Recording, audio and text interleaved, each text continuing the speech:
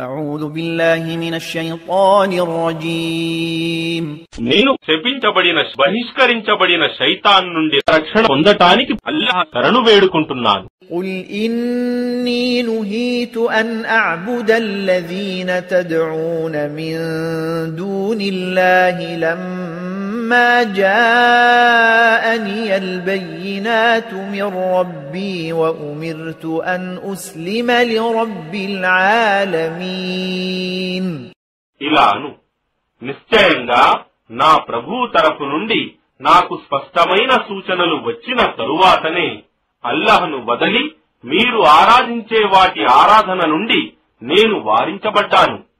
మరియు నేను సర్వలోకాల ప్రభువుకు మాత్రమే విధేయుడను, ముస్లింను అయి ఉండాలని ఆజ్ఞాపించబడ్డాను. هو الذي خلقكم من تراب ثم من نطفة ثم من علقة ثم يخرجكم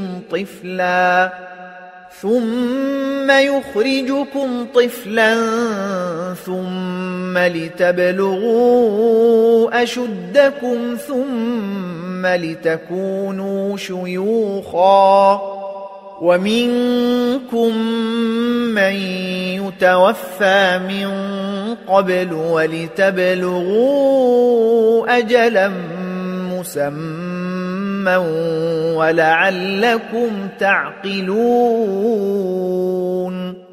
ఆయనే మిమ్మల్ని మట్టితో సృష్టించాడు, తరువాత వీర్య బిందువుతో, ఆ తరువాత పిండంతో, రక్తముద్దతో, ఆ తరువాత మిమ్మల్ని శిశువు రూపంలో బయటికి తీస్తాడు. ఆ తరువాత మిమ్మల్ని యుక్త వయస్సులో బలం గలవారిగా చేస్తాడు. చివరకు మిమ్మల్ని ముసలివారిగా మార్చుతాడు.